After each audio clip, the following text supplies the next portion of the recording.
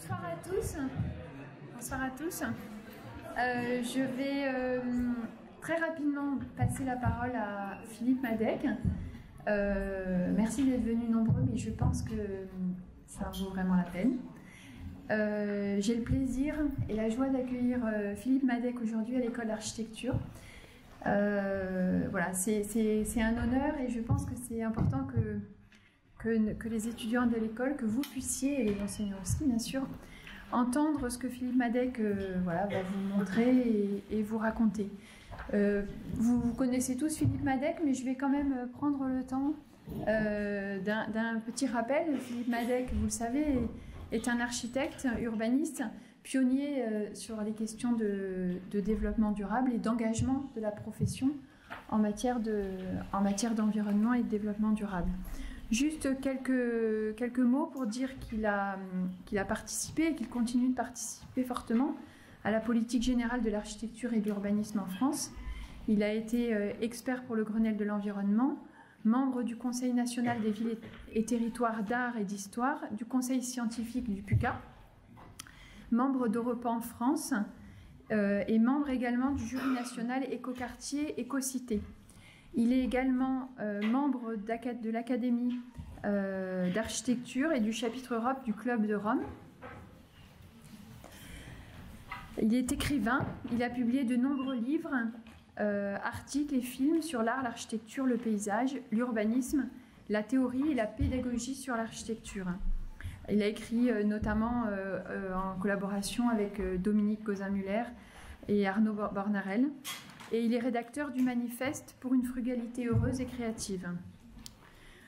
Voilà, donc je pense qu'il vous parlera de ses écrits, je n'en dis pas plus, simplement pour rappeler que l'engagement de Philippe Madec doit nous interroger tous, doit vous interroger, vous, futurs architectes, sur la position et sur l'engagement d'un architecte dans la société d'aujourd'hui et en particulier au regard des enjeux environnementaux majeurs qui se présentent à nous.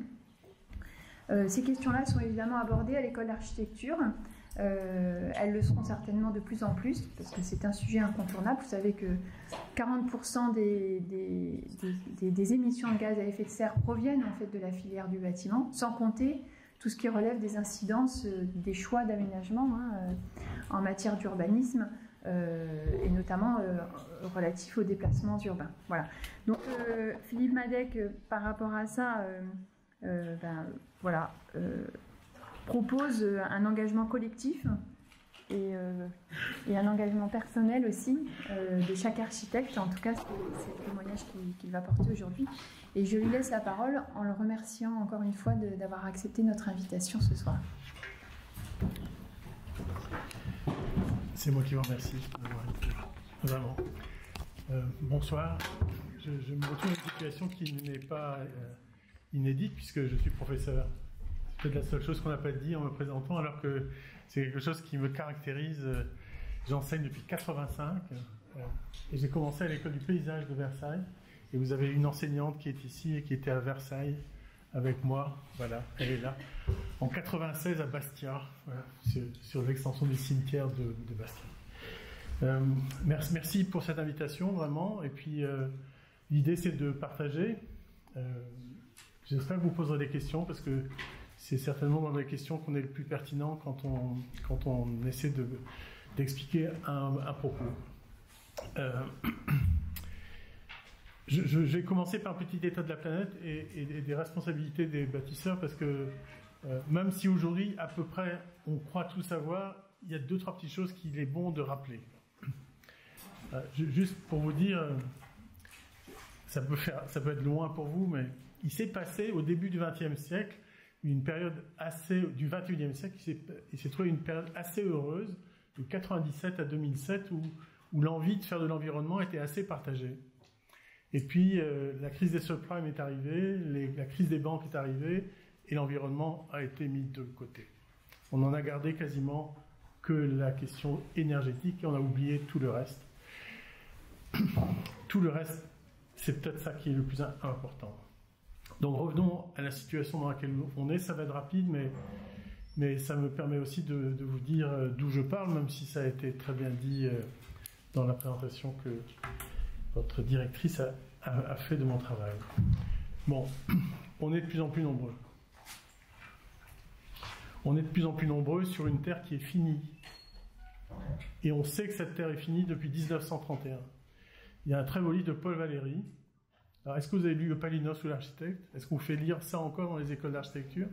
Le plus beau livre sur l'histoire d'un architecte, c'est Palinos et l'architecte. C'est Paul Valéry qui l'a écrit. Donc trouvez-le, cherchez-le. Il est certainement quelque part dans la bibliothèque, empoussiéré, mais il est là. En tout cas, en 1931, Paul Valéry crée un ouvrage magnifique qui s'appelle Regard sur le monde actuel, qui est une philosophie très lisible. Et dans ce livre, il dit le temps du monde fini commence. 31. Le Club de Rome, 30 ans plus tard, 35 ans plus tard, demande au MIT de Cambridge de faire un rapport sur l'état de la planète. En fait, en 68, il préparait le premier sommet de la Terre qui est à Stockholm en 72. Et ce rapport, qu'on appelle aujourd'hui le rapport Meadows, du nom de celui qui en a été le rapporteur, mais il n'est pas le seul à l'avoir écrit, ce rapport s'appelait The Limit to Growth, c'est-à-dire les limites de la croissance, qui a été traduit en français par Halte à la croissance, point d'interrogation. Ce qui se dit en 68 n'est qu'une confirmation par les scientifiques de ce que le philosophe avait compris dans 31. Il ne peut pas y avoir de croissance infinie sur une Terre finie sans dommages écologiques majeurs.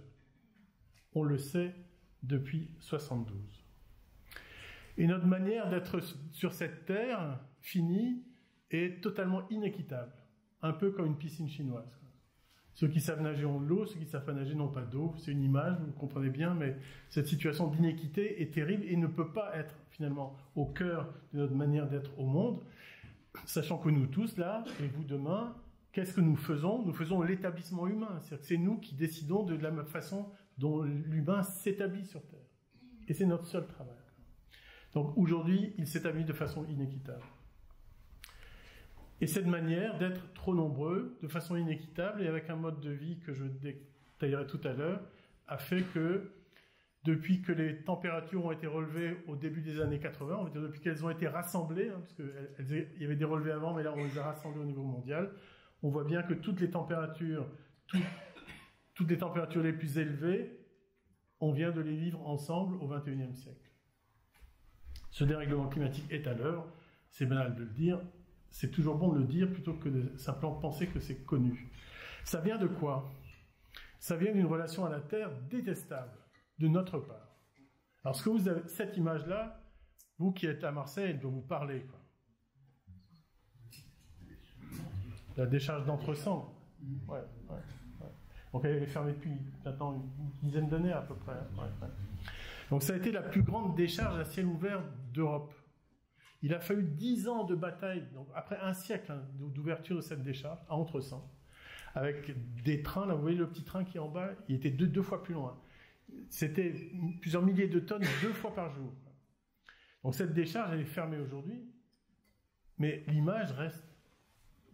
Alors qu'est-ce qu'elle dit, cette image? Elle dit notre relation détestable à la Terre. La Terre nous donne tout. Enfin, si je dis les choses un peu vite, si on est là, si on vit... si on mange, si on est encore là, c'est que la Terre nous donne ce qui est nécessaire pour ça. Et qu'est-ce qu'on lui rend? De la merde, des déchets, des pollutions, tout ça. Et qui fait le lien entre ça et elle? La machine. La machine et la machine en permanence. Quand je regarde cette image-là, je pense qu'on peut tous se demander qu'est-ce qu'on fait pour la Terre?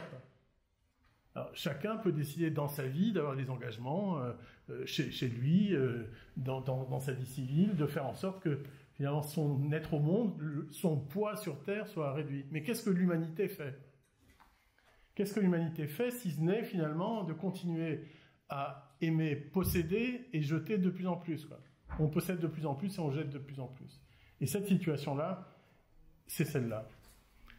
C'est quand même pas une manière de construire un établissement humain intelligent sur Terre, quoi, heureux avec la Terre. Donc quand j'essaie de trouver une réponse, on va dire que l'humanité pourrait porter, alors vous pouvez dire que je suis un romantique, tout ce que vous voulez, mais ça peut faire du boulot et ça peut faire une manière de faire de l'architecture. Je me dis que les 2 seules choses que nous avons inventées, quoi, et qui pourraient établir notre relation à la Terre, c'est 1, l'amour, et 2, l'art. Et si au lieu de créer un établissement humain sur la possession et le rejet, on établissait une relation à la Terre autour de cette histoire magnifique de l'amour, et que ce soit finalement l'art qui organise cette relation-là, sans doute que notre être au monde serait totalement différent. Si vous voulez, vous pouvez dire bienveillance, et si le mot art vous fait peur, et parfois ça fait peur, et si le mot amour vous fait peur, vous pouvez utiliser d'autres mots, mais finalement c'est bien cette relation-là qui me semble être indispensable pour construire un avenir. Parce que la catastrophe, c'est pas juste ça, quoi. C'est pas juste la machine qui vient déposer tous nos pollutions, tous nos déchets. La catastrophe, c'est ça. Plus l'homme pollue la terre, plus il exploite l'homme. L'exploitation de la terre par l'homme, c'est l'exploitation de l'homme par l'homme. L'inéquité plutôt joyeuse de cette piscine chinoise, elle est triste, elle est catastrophique dans les mines d'or. Et cette image-là, cette consommation à outrance, cette croyance que finalement la terre va nous donner tout ce qu'il faut, et encore plus, elle amène à ça.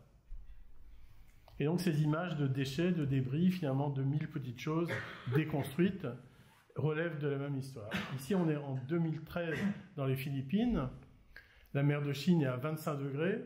Les typhons arrivent. Pareil en 2018 ou 2019, ça s'est reproduit. Les Philippines sont détruites.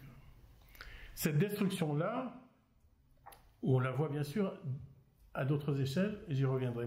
Mais quelle est notre part? Enfin, quand je dis nous, là, je parle des bâtisseurs. Donc, les bâtisseurs, c'est qui? C'est les maîtres d'ouvrage, les maîtres d'œuvre, tous ceux qui construisent cet établissement humain. Quelle est notre responsabilité? Elle est malheureusement quelque part là. Notre travail consiste à utiliser la ressource que la nature nous donne pour créer un établissement humain bienveillant. Et il n'y a pas d'autre manière de faire notre travail, quoi. Je n'ai jamais vu un maître d'ouvrage me demander de lui faire un projet pour le rendre malheureux, quoi. Tout notre travail consiste à consoler les gens de cette situation compliquée qu'est être l'humain sur Terre. Où est-ce qu'on en est, nous, comment les bâtisseurs sont dans cette image? Toutes les guerres contemporaines sont liées à la maîtrise de la ressource. Toutes les guerres contemporaines. Et il y a des plus petites que ça. Il y a des guerres contemporaines sur le charbon de bois. Sur l'eau, évidemment, c'est les grandes guerres contemporaines qui se passent. Sur le pétrole, évidemment, enfin, on ne voit que ça. Sur le gaz, etc., etc. Imaginez que toutes nos architectures, là, que tout ce qui est déjà fait soit réhabilité pour que ce soit du zéro énergie. Qu'on n'ait pas besoin de ces guerres pour faire en sorte que, finalement, dans nos voitures, dans les chaudières de nos logements, arrive à foison cette énergie. Peut-être que Lafarge ne serait pas dans la mauvaise situation où elle s'est retrouvée. Donc Lafarge, Holcim, le béton. Lafarge, Holcim se retrouve en Libye à donner 2 millions de dollars à des groupes armés, dont 500 000 dollars à Daesh, pour pouvoir continuer à exploiter sa cimenterie. Et si on arrêtait cette monoculture du béton, quoi? Et si on arrêtait de faire en sorte que le béton soit absolument coulé sous toutes les grues? Est-ce qu'on n'aurait pas une relation un peu plus sereine, un peu plus naturelle, normale, quoi, avec la terre, et du coup entre nous? Donc voilà la situation dans laquelle on est, et on y est arrivé vite fait, bien fait. Un siècle. Allez, on va dire 2 siècles. 2 siècles de modernisme. L'homme fasciné de réussir à maîtriser la puissance de la vapeur, puis de réussir à maîtriser la fusion, puis de réussir à maîtriser de l'explosion, puis de réussir à maîtriser l'atome, tout ça. Et tout ça nous donne qu'une seule envie de puissance, quoi. Et de confier à la machine, qui est l'expression de la puissance pour nous, eh bien, de lui confier tout, et notamment le lien entre nous. Ce que vous avez là, c'est comment finalement la ville, on la déconstruit, et comment on met d'un côté un campus, d'un autre côté une cité, un peu plus loin un centre commercial. Tout ça est très bien pour les modernes, puisque c'est la voiture qui va faire le lien. Ford, la Ford T, quoi, la voiture pour tous. L'aménagement du territoire en France dans les années 50-60, c'est les familles françaises doivent avoir le même taux de motorisation que les familles américaines. Vous imaginez ça, un discours des politiques d'aujourd'hui, là? Vous en voyez un seul qui serait capable de dire ça? Je veux que tous les Marseillais aient un taux de motorisation égal à celui des Américains. Ça n'a plus de sens et on sait très bien pourquoi. Donc ça n'est plus la machine qui peut fabriquer notre relation au monde. Ça n'est plus possible. Et un des gros travaux que nous avons à faire, c'est de faire le deuil des modernes. Moi je suis un héritier des modernes. Il faut être clair, je reste très attaché à la culture moderne, mais je sais qu'on ne peut faire véritablement un héritage que si on est capable de dire ce que l'on garde et ce que l'on ne garde pas. Moi, des modernes, je garde l'abstraction. Je pense que c'est un niveau incroyable de la pensée et de l'art. Des modernes, je garde l'émancipation. L'émancipation des peuples et des individus, c'est un apport incroyable. Et en architecture, je garde l'espace moderne. L'espace architectural des modernes n'a sans doute jamais été totalement développé comme il devrait l'être. Mais une fois que j'ai dit ça, le machinisme, pas question, quoi. Le territoire des modernes, pas question, quoi. Le bâtiment modèle reproductible partout, pas question. Qu'est-ce que c'est que ce bâtiment? Structure en béton, 4 façades identiques et climatisées. Que des bombes à retardement, que des éléments qui détruisent les cultures, qui détruisent les situations, les contextes et le climat. Donc voilà, le deuil des modernes veut dire de comprendre tout ce qu'ils nous ont apporté et dans le même temps de savoir ce que l'on ne garde pas d'eux. Vous avez un exemple, il a dû se passer ce matin encore. Je vous dis ce matin, mais est-ce que vous avez réalisé qu'on est quasiment en 2025? J'exagère, mais 5 ans c'est que dalle. On est quasiment en 2025. C'est-à-dire qu'on est au quart du 21e siècle. Déjà. Qu'est-ce qui a changé? Qu'est-ce qui a changé?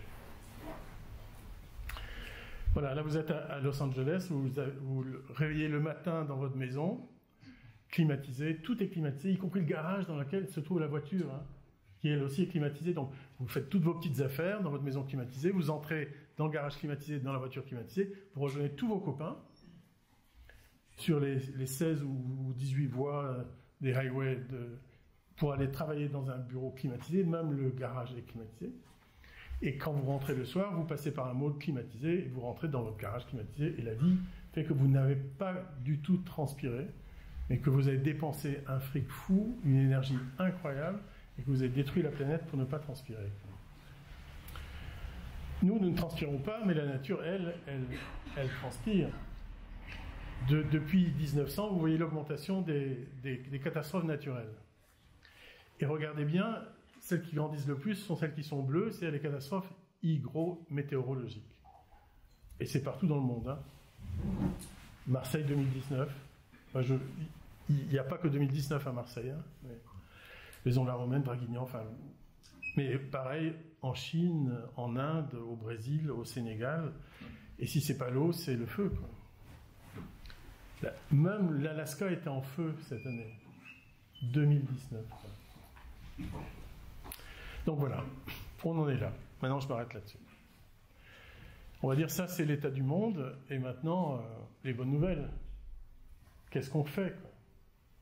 Comment on peut finalement faire quelque chose de notre situation à nous de constructeurs.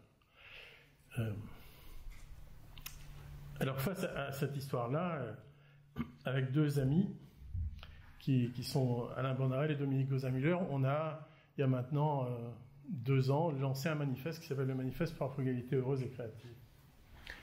Alors, il s'appelle Frugalité heureuse et créative parce que frugal et fructueux, c'est la même origine latine.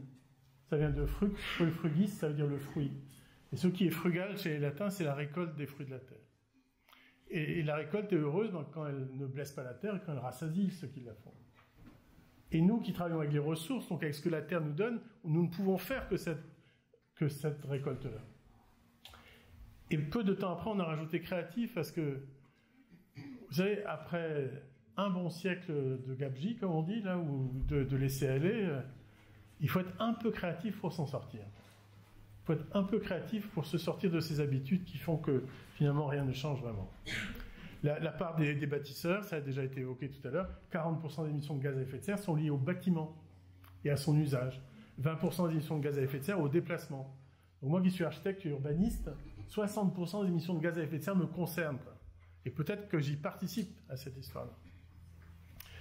On dit toujours, il faut bon à prendre l'avion, parce que l'avion, c'est 2% d'émissions de gaz à effet de serre.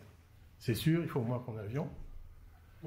La production du sac de ciment, selon les sources, c'est entre 7 à 9% des émissions de gaz à effet de serre. Donc les Danois qui ont commencé à se battre contre les avions, ils auraient pu aussi choisir le sac de ciment. Parce que l'impact est beaucoup plus important. Donc nous sommes, nous, dans cette histoire, au cœur de cette histoire. Il faut être frugal en énergie, mais ça, il y a 1000 manières de l'être et on sait le faire. Tous les systèmes pour consommer moins existent. Il suffit juste d'avoir envie de les employer. Je vous montrerai quelques exemples plus tard. La frugalité en matière, mais je l'ai évoqué déjà en le disant à propos du béton, mais je vais rajouter des choses sur le béton quand même. Et en fait, c'est le béton de ciment Portland, le béton armé, parce que le béton existe depuis toujours. Le béton sans ciment et sans acier, c'est le Panthéon de Rome, avec une intelligence incroyable, d'un béton avec des agrégats très lourds en bas, avec de la pierre ponce comme agrégat en haut. Quoi. Enfin, ces gens-là étaient déjà frugaux, quoi. Magiques. Quoi. Donc aujourd'hui, le ciment, je viens de vous le dire, entre 7 à 9% d'émissions de gaz à effet de serre, vous rajoutez du sable, ce qui est à peu près aujourd'hui devenu une pierre précieuse, et j'espère que vous avez vu ce magnifique film qui est sorti sur Arte sur tous les enjeux liés au sable. L'eau, c'est l'or de demain. Enfin, cette matière n'est remplie que de choses qui sont riches, quoi, qui sont rares aujourd'hui. Sauf qu'on la coule comme si de rien n'était. On sait construire en bois, et on sait construire haut en bois. Où est-ce qu'il est, celui qui était avec moi sur cette tour à Lyon? Voilà. On a travaillé sur une tour de plus de 60 mètres à Lyon, sans aucun système de béton pour contremonter ça, même pour tenir ça. On sait construire avec des matériaux différents et construire haut. Et la technicité. Alors là, j'ai un ami, mais qui est sans doute aussi un de nos amis, qui est Daniel Forêt. Il a peut-être enseigné ici, Daniel, non hein? Oui. Ouais, c'est sûr. Enfin, en tout cas, s'il n'avait pas enseigné ici, c'était bien dommage. Ouais. Bon, Daniel, donc, qui a été un enseignant ici, qui est un des fondateurs d'Envirobat Méditerranée et qui a lancé finalement cette procédure qu'on retrouve un peu partout maintenant en France, un bâtiment durable. Daniel disait, en quelques années, le lot technique est passé de 15 à 25% du coût du chantier et en même temps, on a vu la croissance des sinistres et des primes d'assurance. Vous savez, il y a des vérités qui tiennent encore la route pour longtemps. Plus un système est complexe, plus il tombe en rade. C'est même plus à démontrer, ça s'avère en permanence. Et la MAF annonce que sur ces parts techniques, il y a plus de 70% de sinistres en plus sur la part technique du bâtiment. Donc voilà, quand l'IDB a évoqué la frugalité, ils ont très clairement dit qu'il faut se désintoxiquer de la technologie. On aura toujours besoin de la technique. La technique, c'est ce qui nous sert à établir une relation à la nature, quoi, physique à la nature. Mais être fasciné par la technologie comme on l'est aujourd'hui, ça n'est pas ce qui nous arrange la vie. Donc voilà, depuis qu'on a lancé les signatures, il y a aujourd'hui on est à peu près à 8500 signataires. On fait nos prochaines rencontres à Paris. À l'automne, on sera 10 000. Un tiers d'architectes, ce qui montre que les architectes savent qu'ils sont quelque part absolument responsables de la prescription. Un tiers d'architectes, un tiers d'autres bâtisseurs et un tiers de la société civile. Des gens qui nous disent qu'il faut effectivement agir dans le sens de ce que l'on dit. Donc ça vient de partout en France, ça vient de partout en Europe, sauf de Russie. Quand c'est rouge, c'est qu'il y a plus de signataires, quand c'est jaune, c'est qu'il y en a moins, et ça vient d'un peu partout dans le monde. Ce qui était juste un manifeste et un coup de gueule pour dire maintenant on arrête de se faire avoir, on arrête de demander l'autorisation de faire les choses différemment. Si vous demandez de faire les choses différemment, on vous le dira, on ne vous donnera pas le droit de le faire. On vous fera perdre tellement de temps que les choses seront terminées. Donc voilà. Ce coup de gueule, ce manifeste est devenu un mouvement, et aujourd'hui ce mouvement est présent sur tout le territoire français, y compris à l'étranger, avec des groupes locaux qui font vivre la réalité de ce mouvement, qui est un mouvement de partage. Vous savez, les architectes sont dans un métier où jusqu'à présent, ils étaient tous à se tirer la bourre, quoi. Moi, j'ai gagné le concours que tu as perdu, moi, j'ai plus de clients que toi, moi je suis plus publié que toi. Enfin, c'est un milieu de compète. Avec la frugalité et avec ces groupes-là, ce n'est que du partage. Comment tu as réussi à faire ça? Comment est-ce que tu as réussi à utiliser ce matériau-là que moi je ne peux pas faire? Etc. etc. Le groupement maintenant existe, une association est créée, on s'appelle les glaneurs. Le glanage, c'est un droit historique. Vous pouvez encore aller dans un champ d'un paysan alors qu'il a fait sa récolte et récupérer tout ce qui reste dans le champ. Il ne peut pas vous interdire de le faire. Mais nous, on s'appelle les glaneurs parce qu'après 2 siècles d'utilisation de la terre un peu dure, on va dire, finalement, on travaille avec ce qui nous reste de nature, quoi, et aussi avec ce qui nous reste d'humanité. Mais notre travail est de cet ordre-là. Voilà.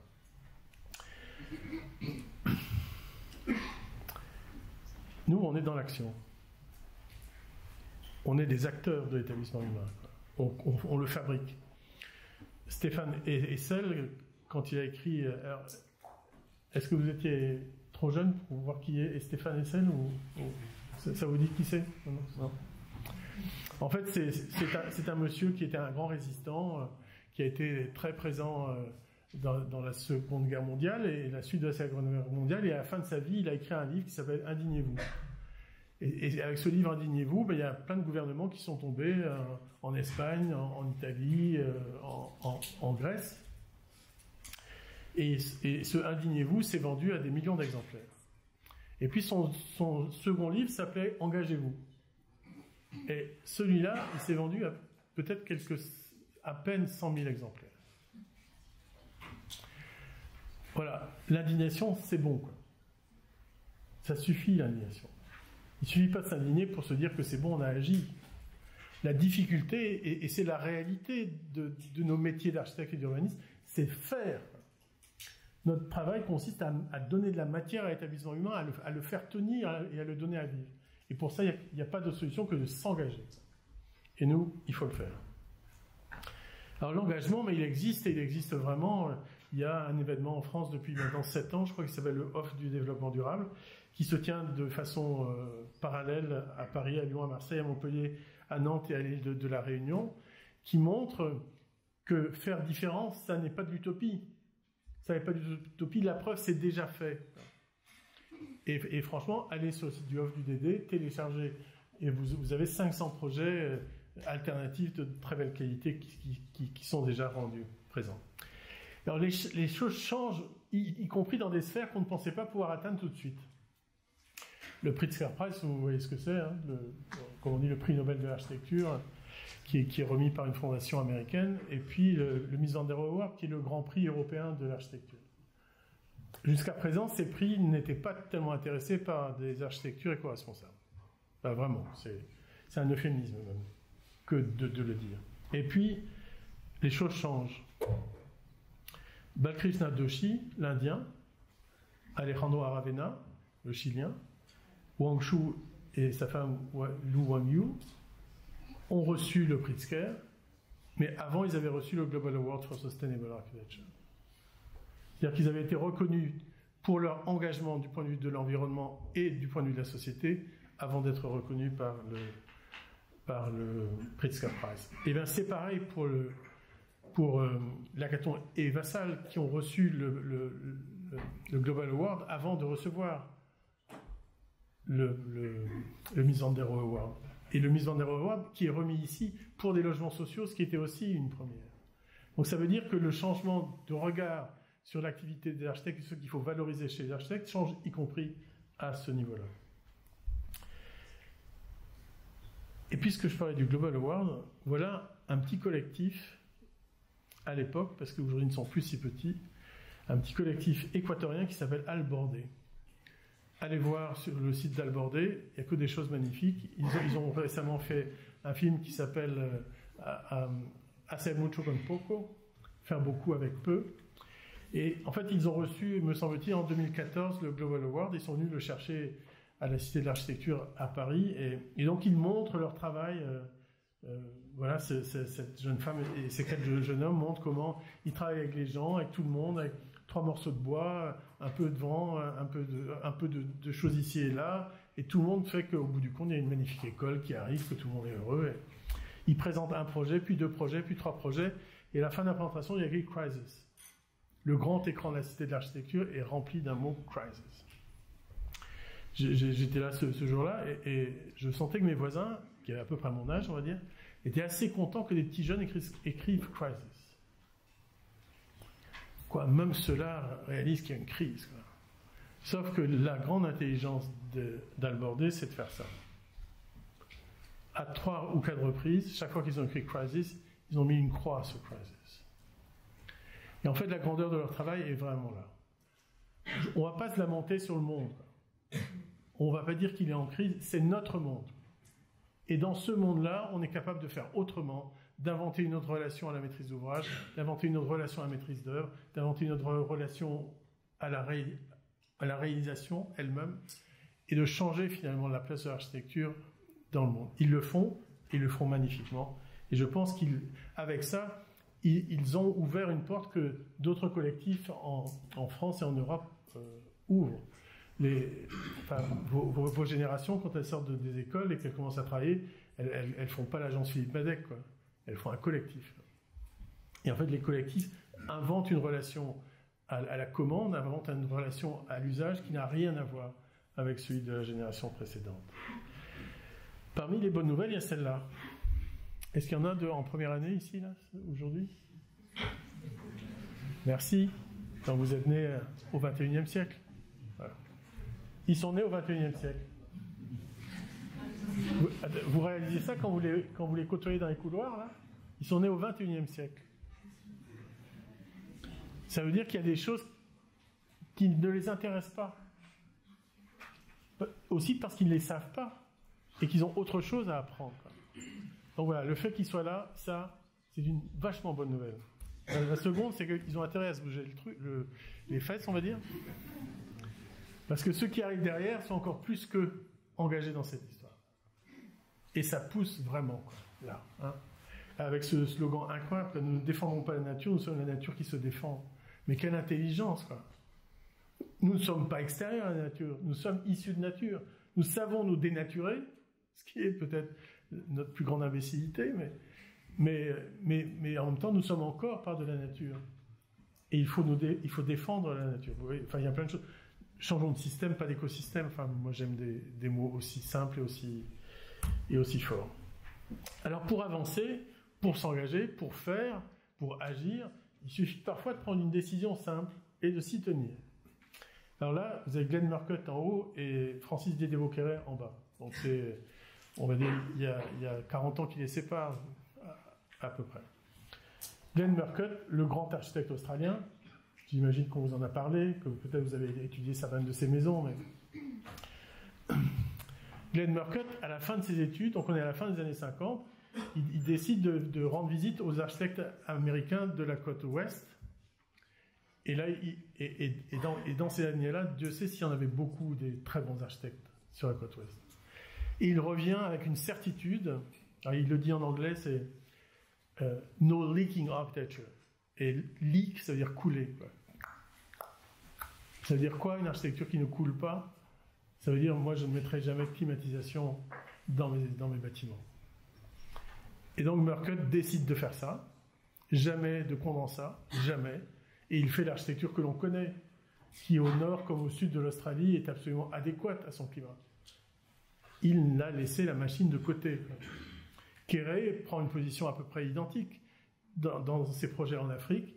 C'est de la terre, pas de climatisation, de la ventilation naturelle. Là, vous avez la surtoiture qui évite le rayonnement direct, la ventilation qui traverse cette école, et la masse, et l'inertie donnée par la masse des murs. Vous voyez, parfois, il suffit juste d'avoir une posture. Enfin, vous savez, l'éthique, c'est pas la morale. Hein. L'éthique, c'est une manière de tenir debout. Là. Et parfois, l'éthique, ça peut être mis en place autour d'une idée aussi simple que, moi, jamais de climatisation. Alors, comme vous l'avez entendu tout à l'heure, je suis membre du chapitre Europe du Club de Rome. Je n'étais pas un des fondateurs du Club de Rome. J'étais un petit garçon à cette époque-là, mais le Club de Rome est revenu me chercher plus tard, et donc j'ai relu les textes du Club de Rome, dont un magnifique ouvrage de 1997 qui s'appelle Facteur 4. Facteur 4, c'est une notion qui a été reprise par l'Europe, et en Europe, Facteur 4, ça veut dire réduction par 4 des émissions de gaz à effet de serre à l'horizon 2050 sur la base de 1990. Plus technocratique, vous ne faites pas. Hein, ça ne donne pas envie. Et on voit bien le tableur Excel qui va faire son boulot, quoi. Le Club de Rome avait une position vraiment beaucoup plus humaniste, quoi, simplement. Et je pense que le sous-titre de cet ouvrage, c'est notre projet d'avenir. Enfin, pour ma part, je n'en vois pas d'autre.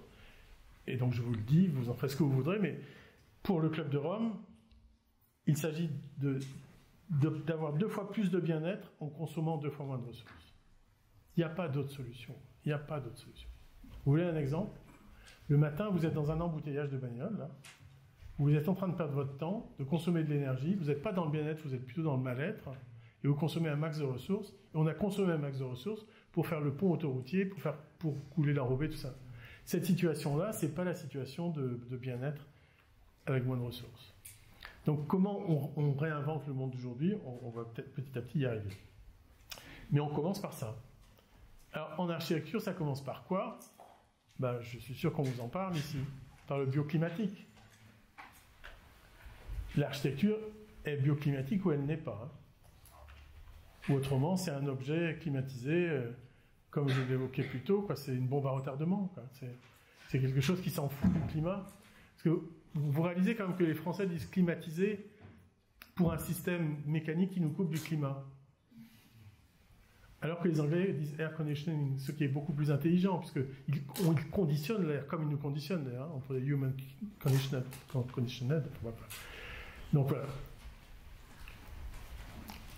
Il n'y a pas d'autre manière de faire de l'architecture que de penser de façon bioclimatique.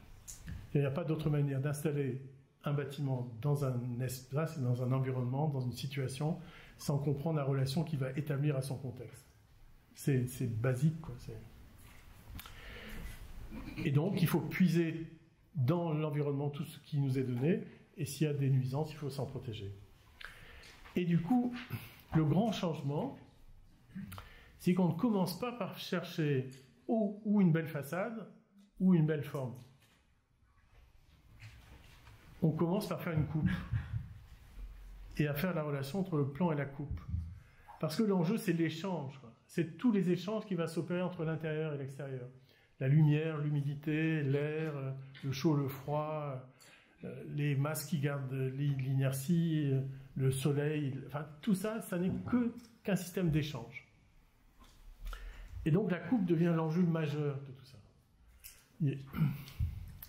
Vous connaissez le Kunsthalle de Bregenz par Zumthor, ce cube en verre là. Regardez la coupe de la façade. Regardez comment les épaisseurs de la façade ont chacune un rôle particulier qui est joué. Bon, c'est un exemple, hein, mais celui-là est sublime. Parce que penser la relation au climat n'amène pas à faire des horreurs.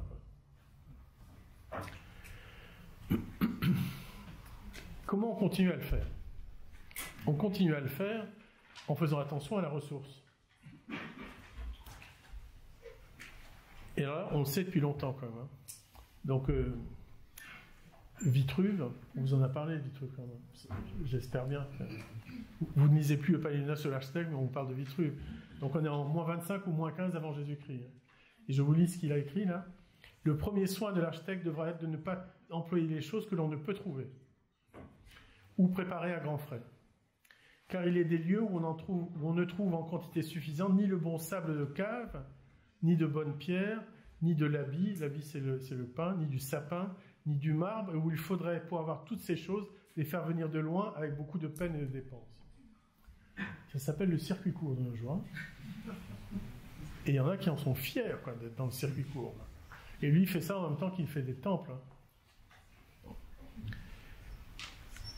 Et ça renvoie à des vérités toutes simples. Bon, moi je suis breton, vous imaginez bien avec mon nom. Il n'y a qu'à Marseille qu'un jour on a écrit mon nom M-A-D-E, accent grave, Q-E. Madec. Donc en Bretagne, l'architecture historique, elle est en granit et en ardoise. Parce que la ressource, c'est le granit et l'ardoise. Quand on est dans le Languedoc, voilà, c'est une pierre calcaire et c'est une tuile demi-rond. Et c'est parce que les climats font ça et parce que les ressources sont comme ça. Je ne vais pas rentrer dans tous les détails, mais la toiture en ardoise, elle est entre 35 et 45 degrés, parce que si elle était plus plate, eh bien, l'eau remonterait entre les ardoises, parce que les ardoises sont lisses. Et donc, pour éviter que ça remonte, ça a cette forme-là. Donc, le climat, la ressource, déterminent la culture architecturale et la relation au climat. Et donc, continuons à voir que dans notre histoire, il y a des choses magnifiques qui ont été dites. Là, allez, 18e siècle, Diderot et d'Alembert, l'encyclopédie. Vous ne savez peut-être pas, mais le 18e siècle en France, on essaie de fabriquer une seule architecture pour toute la France, l'architecture classique, pour résister au baroque. Bon. C'est vite dit comme ça, mais c'est comme ça. Et Diderot écrit ça à ses amis qui sont les frères Grimm, vous savez, les contes de Grimm, là. Il y a un monument qui est érigé sur la place de Reims, et Diderot dit « L'architecture est un art borné, dit-on, oui, dans la tête des architectes », ce qui prouve que déjà on était très appréciés. Et il ajoute qu'on fasse entrer dans son projet, donc dans le projet de l'architecture, la considération du temps, du lieu, des peuples, de la destination, et on verra varier à l'infini les proportions des pleins, des vides, des formes, des ornements, et de tout ce qui tient à l'art. J'ai montré ça à Frampton un jour, et il m'a dit, mais il faudrait qu'il y ait ça sur toutes les entrées des écoles d'architecture. Et je le crois très sérieusement. Si vous lisez le régionalisme critique de Frampton, il y a un passage très important sur la question de la fenêtre. Parce que pour Frampton, la question de la fenêtre, c'est un point très particulier, extrêmement porteur de culture. Et là, vous avez deux exemples. Bon, je ne vais pas vous détailler pourquoi à Sisteron et dans le sud, les fenêtres sont dans le creux, il y a des volets, qu'il y a même parfois des petits rideaux pour que les petites dames derrière voient ce qui se passe dans la rue. Mais quand vous êtes en Hollande, c'est pas comme ça. Il n'y a pas de rideau. Les Hollandais peuvent être nus derrière leurs fenêtres. Et les fenêtres sont aux nues extérieures. Et elles sont aux nues extérieures. Comme ça, il n'y a pas d'ombre qui sont projetées sur les fenêtres. Et donc, tous les apports solaires se font. Et il n'y a pas de neige qui s'accumule sur les appuis de fenêtres. À nouveau, la culture, le climat sont extrêmement liés, au point que, moi, je pense que la culture, c'est comment une communauté habite son climat. Et on le voit ici. Tout ça, tout ce que disait Diderot, tout ce que l'on voit dans les différences, ça sert à faire des lieux, ça sert à exister ensemble. Ça sert à faire en sorte que à Abidjan, au Caire, en Bretagne ou à Atlanta, quand on se rassemble pas de la même manière. Et ça sert à faire des architectures comme celle-là. Les deux exemples, là, c'est sur le soulèvement des toitures. À la Martinique, quand ça souffle, ça souffle. Hein. Mais quand ça souffle, on est aussi content que ça souffle pas trop fort, que l'air rentre dans les maisons. Là, le rafraîchissement se fait comme ça. Et il faut que la maison soit dans l'ombre. On habite l'ombre. Hein. Et donc les toitures sont des portées. Et pour pas que les toitures s'enlèvent avec les typhons, il faut tenir les toitures au sol. D'où les poteaux. Dans le Jura, les vents forts qui sont dans les vallées du Jura sont tellement puissants que là, vous n'avez pas un seul débord de toiture. Parce que le débord de toiture enlèverait la toiture. Et même dans l'axe de la vallée, vous avez le pignon qui est en croupe, de telle manière que le vent passe par-dessus. Vous voyez ici, il y a une rampe, parce qu'à cet endroit-là, on stocke le foin. Ça, c'est l'entrée du bétail, et ça, c'est la maison. Isolée par le foin, réchauffée par le bétail, et une maison qui a une fenêtre horizontale. Parce que quand on n'est pas un agriculteur, on est un horloger. Et on est horloger quand il y a de la neige partout. Il y en a moins maintenant, vous me direz. Donc ces architectures qui sont construites dans leur contexte, qui sont construites dans un contexte qu'il nous faut à nous, aménageurs, à nous, architectes et urbanistes, penser aussi. Ça ne sert à rien que vous fassiez une architecture absolument bioclimatique si vous la mettez au milieu du parking d'un supermarché. Parce qu'il va faire tellement chaud tout autour et vous aurez tellement travaillé sur les échanges qu'il va faire trop chaud à l'intérieur. Donc maîtriser l'effet d'îlot de chaleur, c'est la continuité de la relation intérieure-extérieure et c'est une donnée de base de la qualité de l'espace intérieur. Juste un petit exemple, je suis originaire de Carantec, quelque part dans le Finistère, toute petite commune, et quand on s'approche du port, toutes les rues sont courbes. Parce que quand il y a du vent en hiver en Bretagne, on préfère se protéger du vent, donc là, le vent ne passe pas. Quand vous regardez la façon dont la France est installée dans ses colonies, soit à Nouméa, Pondichéry ou Fort-de-France, la trame carrée et les militaires sont là. Sauf que la trame n'est pas tout à fait carrée, elle est rectangulaire. Nouméa, la trame est vraiment carrée parce que les alizés d'hiver et d'été sont aussi intéressants les uns que les autres. Je vous dis ça pour la maîtrise de l'effet d'îlot de chaleur, vous avez compris. C'est lié.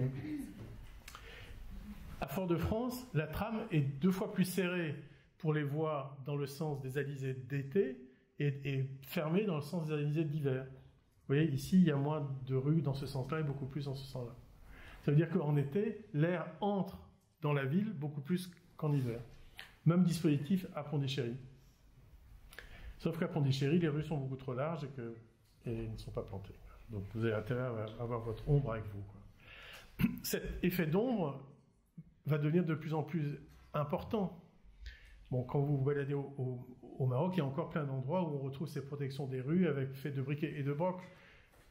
Et c'est un assemblage qui n'est ni sain, et qui peut même être dangereux. Donc le Maroc s'est lancé dans une politique nationale de protection et d'ombrage des rues, en installant des ombrières en bois qui utilisent l'écriture du savoir-faire des artisans marocains.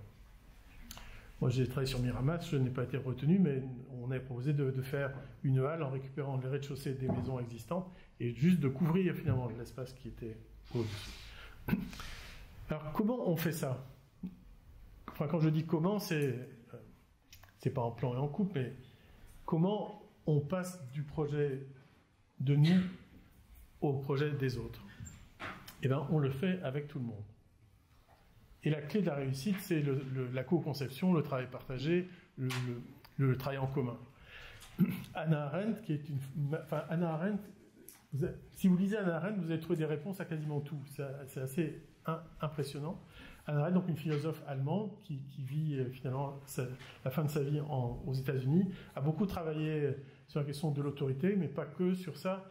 Et elle dit cette chose incroyable, elle dit, en fait, les conditions dans lesquelles nous vivons sont de plus en plus complexes, et parce qu'elles sont de plus en plus complexes, il n'est plus du tout intéressant de savoir qui a l'autorité, mais de savoir ce qui fait autorité. Parce qu'elle dit, tout le monde a une autorité. L'élu a une autorité d'élu, celui qui l'élit a une autorité de l'électeur, il le lui rappelle bien. Moi, j'ai une autorité d'architecte, d'autres une autorité d'ingénieur, d'urbaniste. Tout le monde a une autorité et le fait savoir. L'enjeu, c'est qu'est-ce qui, dans cet grand ensemble de projets complexes, va tenir, va faire autorité. Et en fait, Hannah Arendt le dit, ce qui fait autorité, c'est le projet partagé. Et vraiment, il n'y a pas d'autre manière. Bon, j'ai travaillé pendant 15 ans dans un village de 900 habitants entre 1991 et 2004. Mais ce dont je vais vous parler, c'est de ce petit travail-là, qui est un travail qui est en cours à Bordeaux. Vous savez, dans Bordeaux, il y a ce qu'on appelle les maisons de pierre, qui sont les échoppes, qui sont des toutes petites maisons qui ont notamment été offertes aux femmes des marins qui étaient morts en mer. Et ces maisons de pierre sont devenues, en fait, Bordeaux la bourgeoise, quoi. Et donc vous avez des échoppes ici, et là vous avez des bars des années 60. Et ici, il y a une cité dans des conditions extrêmement catastrophiques. Et donc le maître d'ouvrage lance un concours, c'est Aquitanis, pour faire sur cet ensemble-là 100 ans de logement. Et il décide de tout raser, de ne rien garder, enfin bref. Il lance un concours, 3 équipes sont retenues, mes 2 confrères dessinent un projet. Moi, je refuse de dessiner un projet parce que je ne peux pas dessiner un projet là, entre des gens qui habitent derrière un grand mur, leur maison bourgeoise, et des gens qui habitent dans leur bar et qui partagent cet espace-là entre eux. Donc j'arrive en disant, j'ai rien fait, je vous propose ça. Je vous propose de faire l'apéro entre voisins dans un mois, et dans un mois, vous nous présentez, vous direz que c'est nous qui allons faire le projet d'architecture. Donc c'est ce qu'ils ont fait. On a été retenus. Et donc, au moment de l'apéro entre voisins, on leur a dit, nous, on vient faire un bivouac d'1 semaine sur le site. Donc l'équipe s'est installée sur le site, dans des maisons qui devaient être détruites, qu'on a vite réhabilitées un minimum. Et on est resté avec eux, et on est allé chez tout le monde. Vous savez que quand vos profs vous donnent un projet à faire sur un terrain, vous allez voir le terrain. Donc vous êtes sur votre terrain, vous pouvez vous éloigner un peu, mais vous ne voyez pas votre terrain de chez tout le monde autour. Et en fait, voir le terrain depuis chacun des voisins, chez chacun des voisins, c'est une clé pour comprendre toutes les peurs. Donc on fait ça, ça se passe bien. Voilà, c'est la fête entre les voisins. On est à Bordeaux, donc il y a un peu de vin rouge quand même. Et puis le projet arrive, et le projet résout à peu près toutes les peurs. Et vient le moment où on présente le projet, donc c'est 1 mois après le bivouac. Et moi j'adore cette photo parce que vous avez vu la tête de la dame là. Si vous connaissez un peu de la peinture flamande, c'est un peu comme ça, quoi. La présentation de l'enfant, ils sont sidérés, quoi. Et donc là, regardez bien tous les yeux, ils sont tous sidérés. Et ce qui se passe là, c'est une sidération positive. C'est-à-dire que la dame qui se tient la bouche, elle ne pense pas à elle. elle pense à sa voisine, qui est une dame de 80 ans, qui n'a pas pu venir, et elle pense qu'on n'a pas fait ce qu'il fallait pour sa voisine. Donc on ira voir la voisine, on va régler tout ça, et vous avez 3 des personnes qui sont là, qui viennent déposer le permis de construire avec nous à la mairie de Bordeaux, ce que personne n'a jamais vu à la mairie de Bordeaux. Ce sont les voisins qui viennent défendre le projet avec nous. Donc le projet n'a pas été attaqué, il n'y a pas eu de recours, et la ligne avocat du budget du maître d'ouvrage n'a pas été utilisée. Finalement, elle a été donnée à la parole et à la participation citoyenne. Je reviendrai sur ce projet un peu plus loin, parce que ce projet-là est aussi l'occasion d'innovation très singulière. Donc ce travail avec les gens, cette manière de faire, eh bien, si vous allez à la Biennale de Venise cette année, ce que je vous souhaite, le pavillon français s'appelle Les communautés à l'œuvre, et c'est Christophe Hutin, qui est un architecte de Bordeaux, qui était un de ceux qui a remporté le Mies van der Rohe avec la Caton et Vassal, qui parle justement du travail qu'il fait avec les communautés à l'œuvre, que ce soit à Johannesburg, à Soweto, à Cape Town ou aussi en métropole française. C'est-à-dire que ce passage de l'acte de création isolé à l'acte de création partagé, aujourd'hui, trouve sa place. Alors, comment, physiquement, on fait les choses? Alors, là, je me suis un peu amusé, mais c'est un jeu de mots qui doit être un peu éculé maintenant. Mais vous savez ce que ça veut dire le BTP, hein? Bâtiment, travaux publics. Hein? Alors, quand le BTP va, tout va en France. Et alors, depuis peu, BTP, ça veut dire bois, terre, paille. Ce qui est plutôt positif comme... Donc voilà, ça c'est un bâtiment que j'ai construit en bois, enfin qui exprime la relation entre la nature, l'eau, la terre, le bois, les gens, l'air et tout ça, avec la terre, un mur de terre qui est en briques de terre compressées. Donc il y a 2 techniques modernes de la terre, hein, qui sont la brique compressée dans des machines, et c'est ce qu'on a là, ou la terre coulée, mais j'en parlerai tout à l'heure. Et donc ça, c'est le premier mur porteur d'un plancher accessible dans un bâtiment public,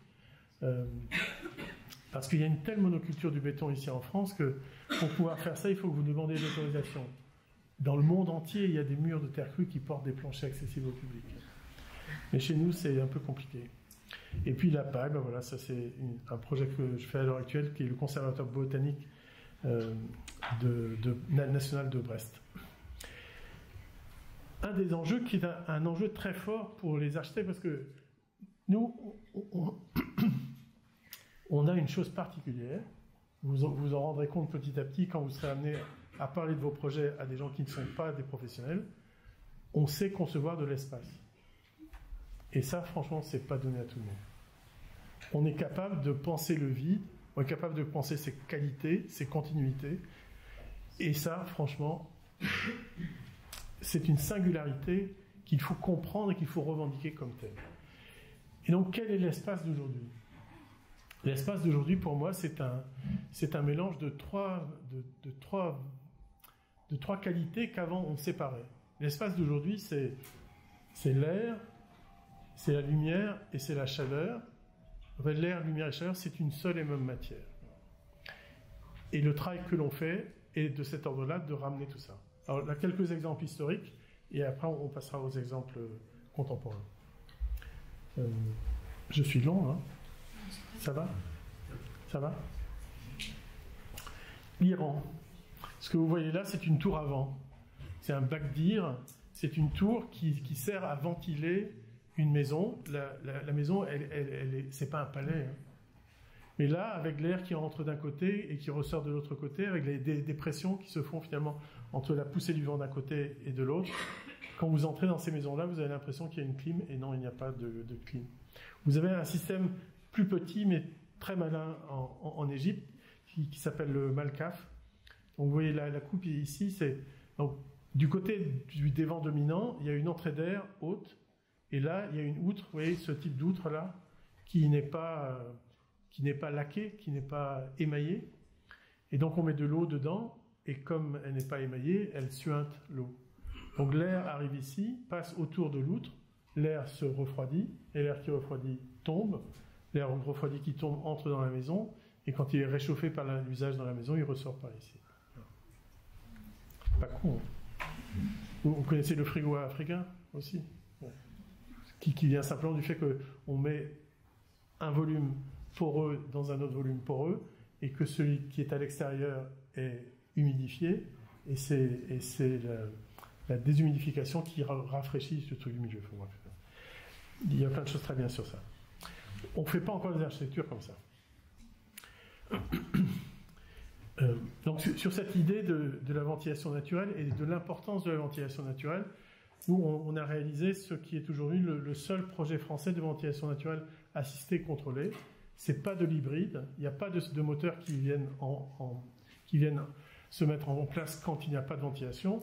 Je l'ai fait à Saint-Nazaire, parce qu'à Saint-Nazaire, comme à Marseille, il y a toujours un fond d'air. Quand vous êtes au bord de la mer, et que comme la mer n'a pas la même température que la terre, il y a toujours un mouvement de l'air qui se fait. Plus tard, j'ai appris que les zèbres n'étaient jamais piqués, justement à cause de ça, parce que les moustiques détestent les courants d'air. Et en fait, entre la partie noire et la partie blanche des zèbres, il y a des courants d'air. Donc ici, on est dans une situation idéale pour avoir un fond d'air en permanence, et on met ces cheminées qui font 4 mètres de haut, qui sont faites avec la ressource locale, puisqu'on est à Saint-Nazaire, c'est là qu'on fabrique les paquebots. Donc là, ce sont les chaudronniers de marine qui nous réalisent ces cheminées, qui servent à extraire l'air dans chacun des logements, et des logements dans lesquels il y a des salles de bain avec des fenêtres. Quand on fait, et je reviendrai sur ça, amusez-vous à mettre systématiquement des fenêtres dans vos salles de bain et dans vos WC quand vous faites des logements collectifs. C'est presque un enjeu de décence.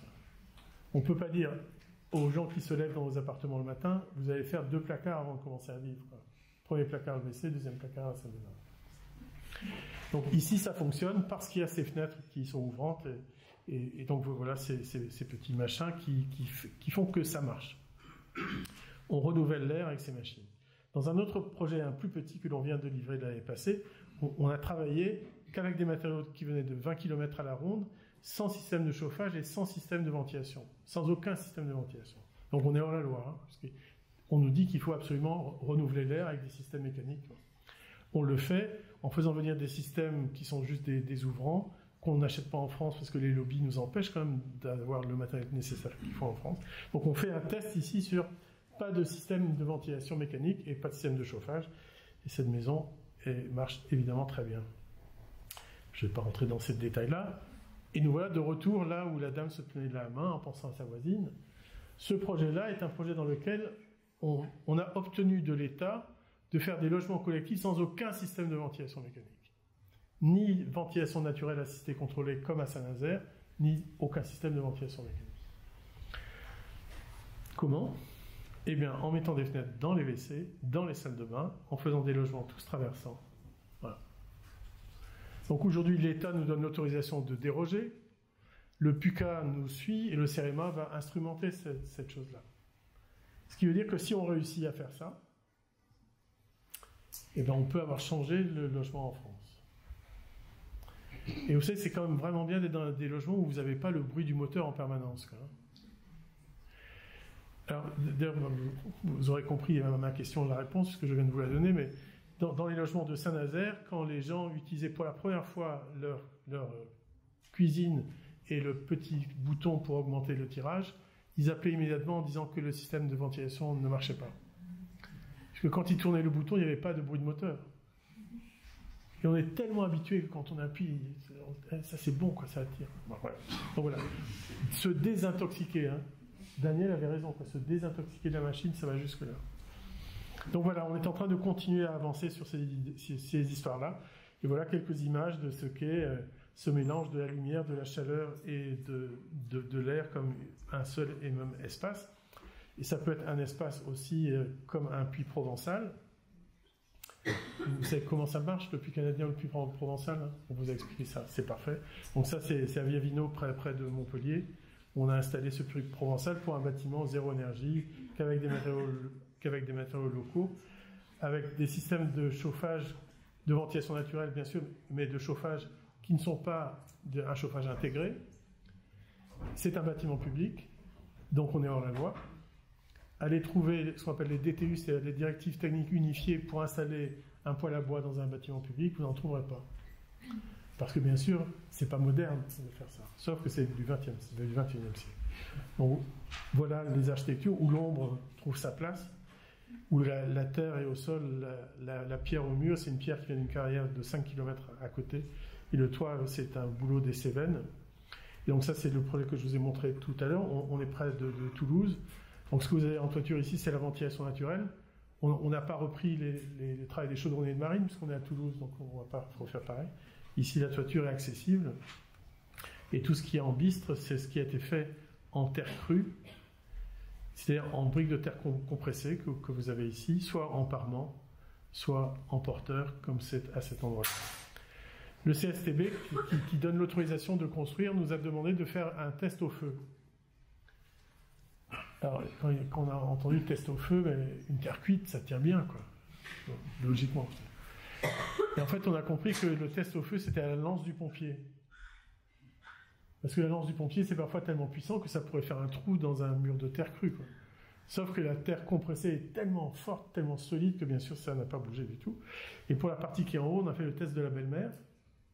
On vous a pas eu le test de la belle-mère?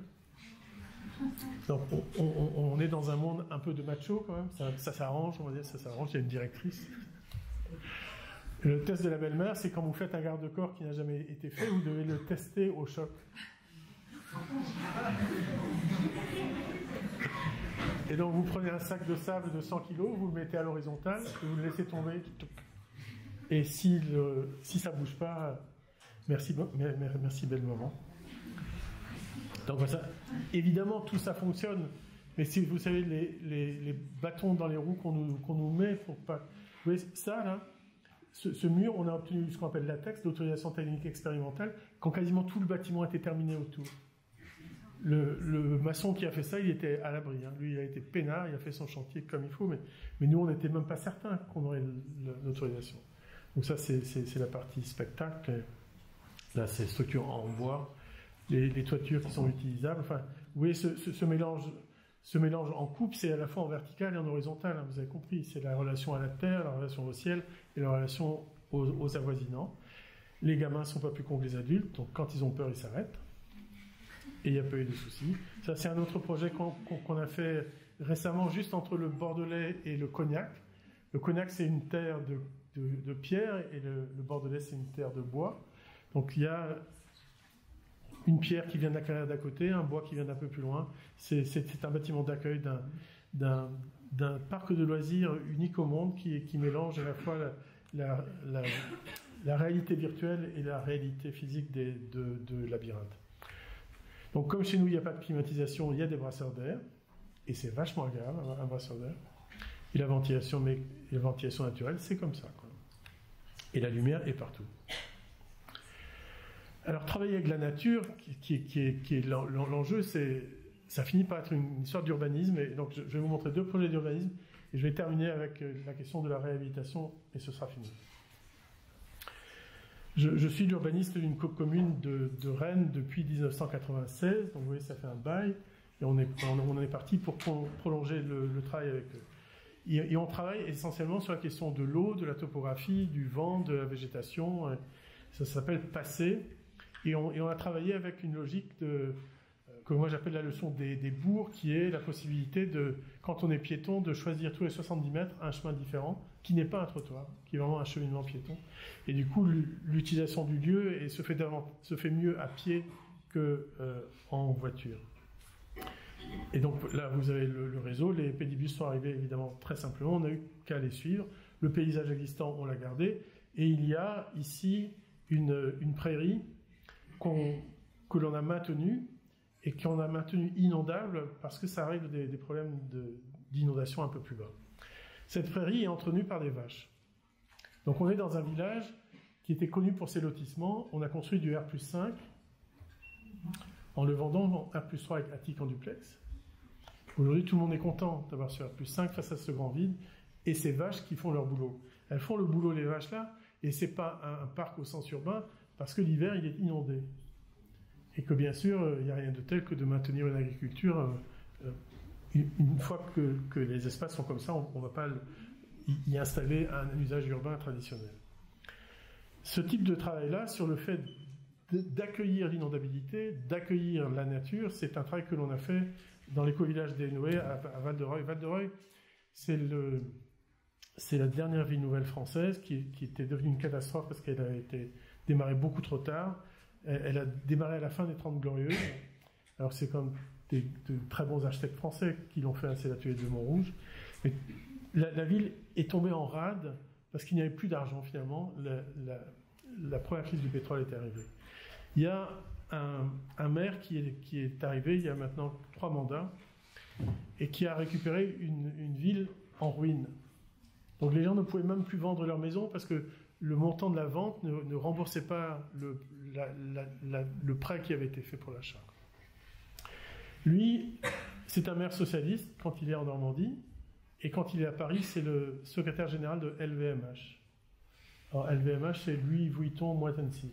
C'est Vuitton, quoi. Donc c'est quelqu'un qui à la fois gère une des plus grosses fortunes françaises, parce que le secrétaire général, c'est lui qui fait tourner la baraque.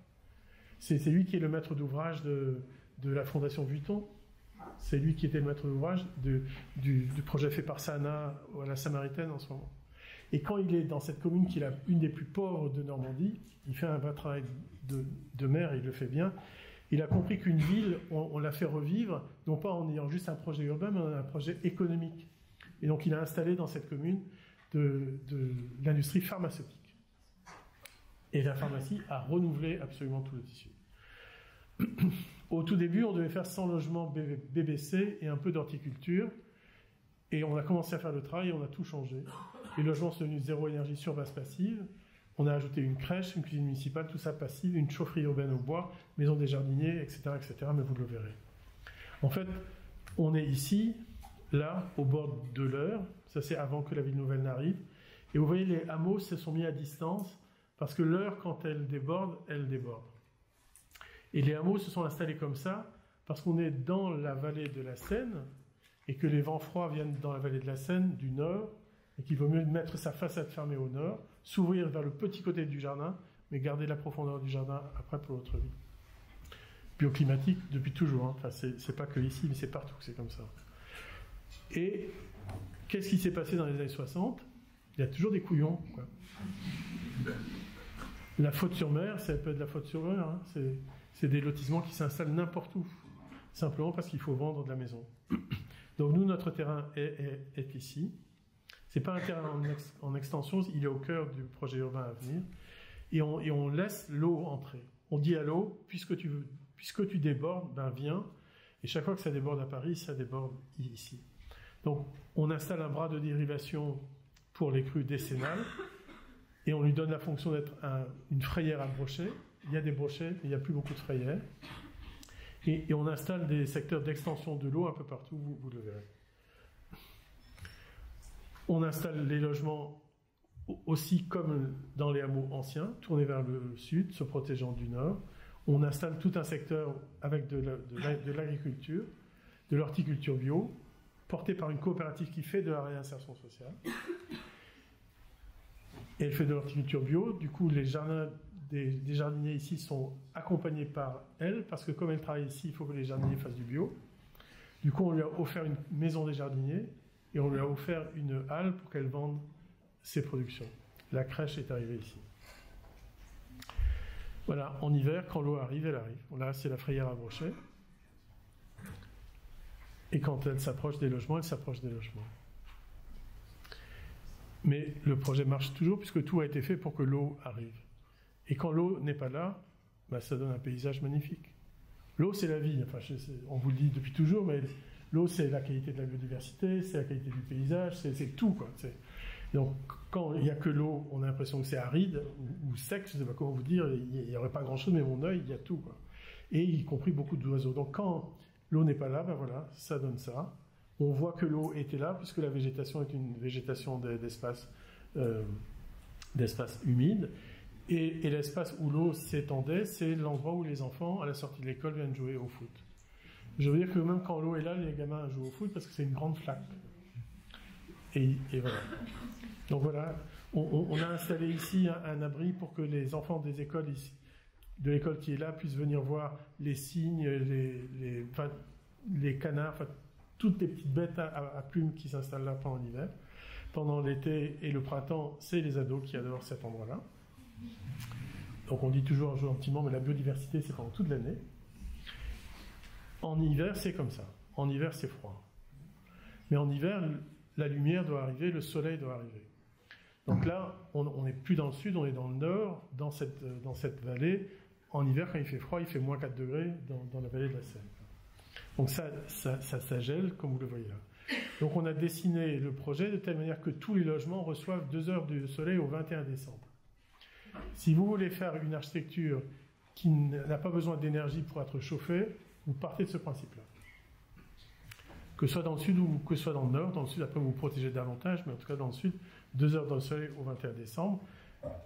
Voilà les petits tests que l'on fait pour s'assurer que les logements ont bien tout ce qu'il faut, comme il faut. Et on met là aussi des logements traversants, des fenêtres dans les salles de bain, enfin les choses de base. Quand cet éco-quartier a été inauguré, c'était le début de la crise des Gilets jaunes. Et les Gilets jaunes, c'était pas juste le prix de l'essence qui était trop cher, c'était le coût de la vie qui était cher. Et on sait bien que pour des familles qui sont dans le besoin, à revenus modestes, le coût du chauffage est considérable. Et donc ici, le TF1 et Antenne 2 sont venus faire des reportages, n'ont pas demandé à l'architecte de parler, ils sont allés parler aux gens, et le reportage disait toujours la même chose. Il y avait des gens qui montraient leur thermostat et qui disaient « Regardez mon thermostat, 22 degrés, 23 degrés, 21 degrés, regardez mon chauffage, il est éteint. Ne nous demandez pas quand on a éteint notre chauffage, on ne s'en souvient pas. » C'est-à-dire qu'une bonne inertie, une bonne solarisation et une bonne isolation par l'extérieur et l'accumulation de la chaleur s'opère et vous n'avez pas besoin vraiment d'énergie. Donc voilà, cet éco-village aujourd'hui fonctionne, chaufferie bois pour tout le monde, des fenêtres un peu partout, voilà, parce que nous on a des fenêtres dans les salles de bain, donc ça augmente le nombre de fenêtres, il n'y a pas de voiture, tout est en cheminement piéton. Les gens ne sont pas gênés de venir avec leur sac chez eux. Les enfants laissent même leurs chaussons sur le paillasson à l'extérieur. Là, voilà. Et donc tout se passe comme ça avec des endroits pour l'eau. L'eau monte dans les espaces paysagers qui sont là. Avec au fond de vue toujours l'heure, puisque finalement le sens de l'eau qui coule vers le fleuve, c'est celui qui construit aussi ce projet. La crèche, qui est une crèche en lumière naturelle, qui est une crèche passive aussi. Quand on sort, on n'est pas sur du béton, on est sur du sable stabilisé. Et là, vous avez la production horticole. Donc là, vous avez les jardins familiaux. Ici, protégés, vous avez la production qui est faite par la coopérative. Et ici, vous avez une partie qui n'est pas protégée, ce qu'on appelle les incroyables comestibles. C'est-à-dire que dans l'accord qu'on a avec la coopérative cultive dans l'espace public des choses que les gens peuvent venir prendre.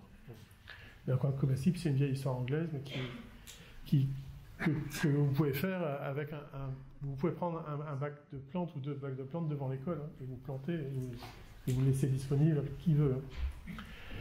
La halle qui sert donc à faire du lien, parce que quand vous faites un quartier si différent, d'un seul coup, ça discrédite tout le reste. Tout le monde sait que les gens des logements sociaux qui sont là ne payent quasiment pas d'énergie, et ne payent quasiment pas de chauffage, et n'ont pas de problème de voiture, etc., etc. En plus, il y a une histoire assez rigolote avec les ânes, parce que la coopérative, bien sûr, il n'y a pas de tracteur, hein, ce sont les ânes. Et les ânes, le matin, vous voyez ce qu'ils font, là? Les ânes, vous savez ce que c'est que le pédibus, hein, le fait d'accompagner les enfants à pied à l'école, et bien là, c'est un asinobus. Parce que le pédibus, c'est vraiment bien, mais qui porte les cartables des enfants? Donc là, c'est l'âne qui le fait. Bon, il faut tout ce travail-là, donc à la fois travail sur la qualité du logement, sur le paysage, sur l'énergie, sur le déplacement et sur l'alimentation. Il faut tout ça pour réussir à faire en sorte qu'un projet ait une empreinte écologique égale à cette biocapacité. Or, la seule définition de la durabilité, c'est que l'empreinte écologique soit égale à la biocapacité. Paris a une empreinte écologique 313 fois plus lourde que sa biocapacité. Donc il pourra, et Marseille, je ne connais pas le chiffre, mais on doit pouvoir le trouver assez joyeusement. Donc ces villes peuvent avoir les gestions les plus éco-responsables qui soient, mais elles ne le seront jamais en tant que ville, sans être liées à leur territoire, elles ne seront jamais durables. Donc voilà, une fois qu'on a dit ça, on dit on n'a plus qu'à aller se coucher, quoi. C'est bon, hein. Ça, on y vit bien, on va sauver la planète avec ça. Eh ben non. Eh ben non. Je vais vous le dire tout à l'heure, mais je vous le dis maintenant. On ne construit chaque année que 1% du parc bâti existant. Donc chaque année, on rajoute 1%, il y a toujours 99%. Dans ce 1% que l'on ajoute, quelle est la part éco-responsable? Dans ce 1% que l'on ajoute, quelle est la part qui a une empreinte écologique égale à sa biocapacité? Hein? Presque rien, quoi. Donc c'est pas avec les écoquartiers, et pourtant il faut faire des écoquartiers, c'est pas avec les bâtiments passifs, durables, etc. qu'on va y arriver. On ne peut y arriver qu'en travaillant sur les 99%. Votre avenir, mais c'est déjà le nôtre, hein, parce que c'est déjà rentré dans les agences d'architecture, votre avenir, c'est la réhabilitation du monde existant. Et c'est un vrai et beau travail. Je vais vous montrer un travail, on va dire, de base ici, mais ça commence aussi par ça. Vous voyez, ça c'est l'écoquartier dont je parlais, et là, c'est une centaine de maisons qui sont des maisons Phoenix. Alors les maisons Phoenix, c'est ces maisons qui sont parmi les moins chères de France, voire peut-être les moins chères, qui sont construites en béton, et vous voyez les sections de l'acier, c'est le minimum, quoi. Tout ça a été calculé pour que ça coûte pas cher.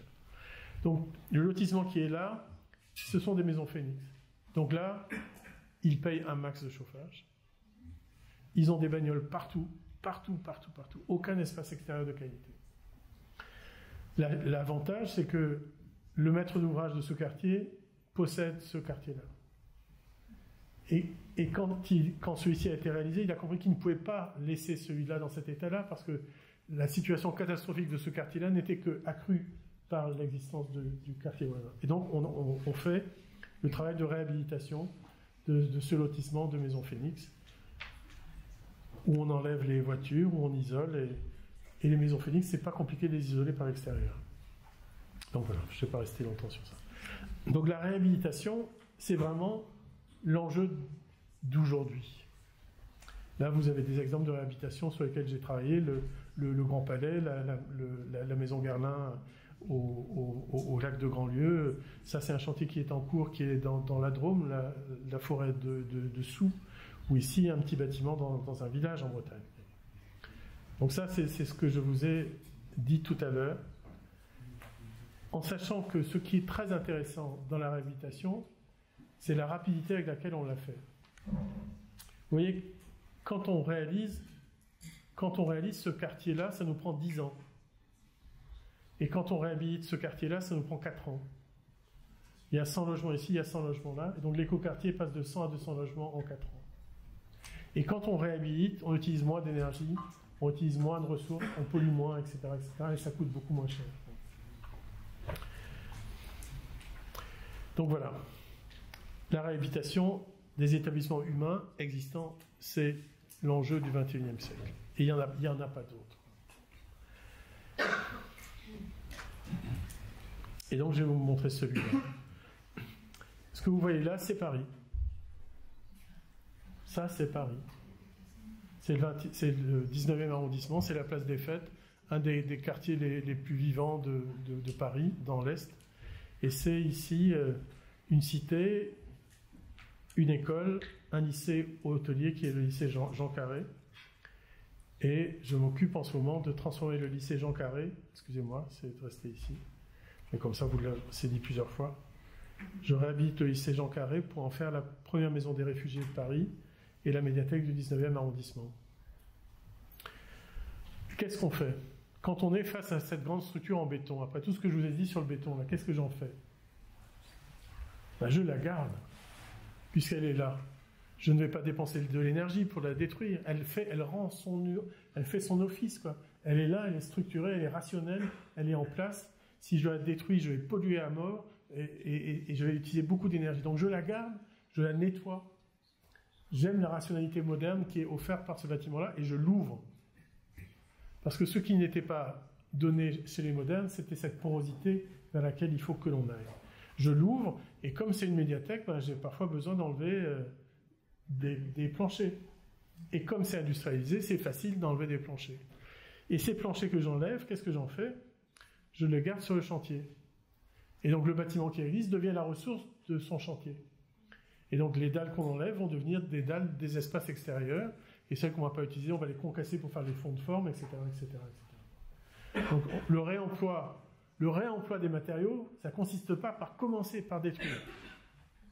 Le réemploi des matériaux consiste par commencer à réhabiliter un bâtiment qui est déjà là. Donc voilà, le bâtiment va devenir ça. Donc on réhabilite de façon très radicale, mais ce que l'on ajoute, parce qu'on est obligé d'ajouter une partie, c'est entièrement en bois et en terre crue. On va dire en biosourcé et en géosourcé. Le bois, c'est du chêne, parce que la filière francilienne, c'est du chêne, et notamment du chêne pédonculé. Donc voilà quelques exemples sur la résille, qui est la résille que l'on installe pour faire la protection solaire de ce qui est le lien entre la maison des réfugiés qui est ici et la médiathèque qui est là. Et à l'intérieur ici, on a un mur en terre coulée. Alors, vous avez compris que je ne suis pas un fan du ciment, mais je suis un fan du savoir-faire des gens qui font du béton. Parce que le savoir-faire des grands bétonniers, enfin, le savoir-faire de la banche, c'est un savoir-faire unique et indispensable. On ne va pas ne pas utiliser les banches. La question, c'est qu'est-ce qu'on met dedans? Et donc, qu'est-ce qu'on met dedans? Et regardez bien, renseignez-vous. Le nombre de start-up qui, un peu partout en France, cherchent ce qu'on va mettre dans ces banches, c'est ce que vous allez mettre en œuvre dans pas si longtemps que ça. Donc nous, on le fait, là. On le fait avec des gens magiques. Hein. On travaille avec Amaco, qui est cette association et avec le BO qui s'appelle Béoterre. Et là, les premiers tests ont été faits. On fait un béton coulé fibré, armé avec des ganivelles et fibré avec de la paille. C'est pas un béton porteur. Pour l'instant, on n'a pas fait ce travail sur le porteur ici. On le fait par ailleurs. Mais voilà, les résultats sont incroyablement beaux et efficaces. Et donc tous ces murs-là vont être en terre coulée. Donc voilà, vous avez les premiers tests qui sont là. Donc quand je disais ganivelle, c'est ça. Mais j'imagine que vous connaissez bien ça, à cause des dunes. Donc voilà, les premiers tests ressemblent à ça. Et il n'y a pas de ciment dedans, il n'y a pas de chaux, il n'y a rien, quoi. Il n'y a que de la terre. Et c'est une terre qui vient d'Île-de-France, puisque aujourd'hui, avec les grands chantiers du Grand Paris, il y a des tas de terres qui sont filtrées, qui sont retravaillées, qui sont simplement préparées, avec une très bonne argile en Île-de-France. Et donc voilà, ça va ressembler à ça, avec des éléments comme ceci, et puis surtout, voilà, du creux. Quand je vous disais tout à l'heure que ça se pense en coupe, je vous montre la coupe à la fin, mais vous imaginez bien que c'était ça qui nous a décidé de creuser le bâtiment pour que l'air, la lumière et la chaleur nous permettent de faire toutes les ventilations dont on a besoin ici et que l'on soit en ventilation naturelle. Donc ça va être le premier projet public en ventilation naturelle à Paris et avec, voilà, je ne vais pas dire chaque fois qu'il y a des premières, mais c'est un enjeu extrêmement joyeux aujourd'hui. L'innovation liée à l'éco-responsabilité, c'est partout, quoi. Donc on peut se décider de faire ce qu'on a toujours fait et couler du béton, mais on peut aussi se décider d'avoir envie de trouver d'autres solutions pour le faire.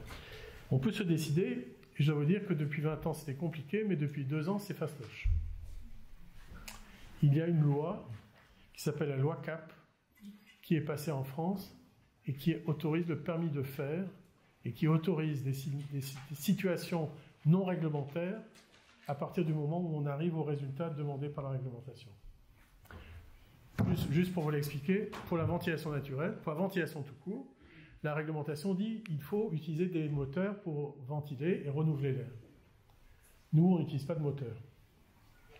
Le projet qu'on va faire à Bordeaux, c'est 0 moteur. Donc, on n'a même pas besoin d'autorisation pour faire ça, puisqu'il n'y a pas d'enjeu technique. Enfin, bref. Donc avec ce projet-là, on peut très bien, à partir du moment où on arrive au même résultat, décider de faire autrement. Alors pour plein de choses, hein. Les règles de sécurité. Donc sécurité incendie. Si vous trouvez d'autres manières d'y arriver, peut-être que vous pourrez ouvrir davantage des espaces que ce que la France autorise. L'accessibilité. Si vous montrez que vous autorisez à ce que les personnes à mobilité réduite soient accueillies, eh bien comment est-ce que vous y arrivez? La ventilation, ils l'ont écrit dessus puisqu'on se battait sur ça depuis tellement longtemps. Et les performances thermiques aussi. Donc la loi permet de le faire. Et là, c'est juste un petit clin d'œil au sud. Ça ne marche pas que dans le nord. Ça, c'est une des dernières choses qu'on a réalisées. C'est sur la plage de Pamplonne, à Ramatuelle. C'est un club entièrement... On n'a pas coulé un gramme de béton. Il est entièrement démontable. Il est en ventilation naturelle. Le cuistot nous a dit, votre ventilation naturelle, il faudrait peut-être la réduire un peu parce que mes pattes n'arrivent pas assez chaudes.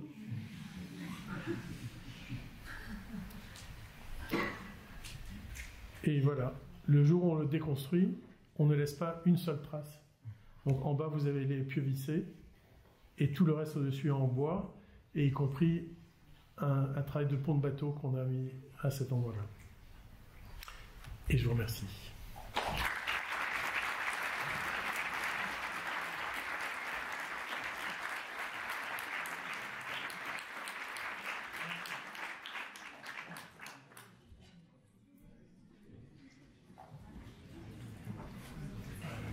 Je sais que j'ai parlé longtemps.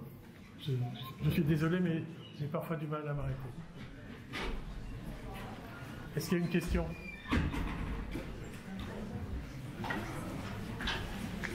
Ouais. Votre architecture, qui est très intéressante, elle sous-entend quand même d'avoir des maîtres d'ouvrage très engagés dans les procédures et dans ce chose de faire. Parce que dès qu'on parle d'être illégal, je pense que c'est le maître d'ouvrage qui a peur de se tromper. J'ai l'impression que le combat il est là aujourd'hui. Est-ce que vous, avec votre pratique, vous pratiquez depuis un bon moment déjà, vous sentez une évolution de ce côté-là? Oui, vraiment oui. Pour être très clair, quand je faisais mon travail dans les années 90, je ne disais pas que j'étais un architecte écologiste. Je ne le disais pas. Mais je faisais mon travail comme je savais le faire, et au bout du compte, le travail réalisé satisfaisait tout le monde. Donc on le disait. Aujourd'hui, on n'a plus besoin de le dire, et aujourd'hui, on nous demande de le faire. Ce qui change beaucoup les choses. Alors, il y en a qui n'en veulent pas, hein, et ceux-là, ils ne viennent pas nous voir.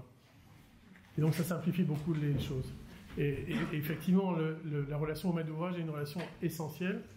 Moi, j'ai tendance à dire qu'une grande partie de notre métier consiste à apaiser les peurs de tout le monde.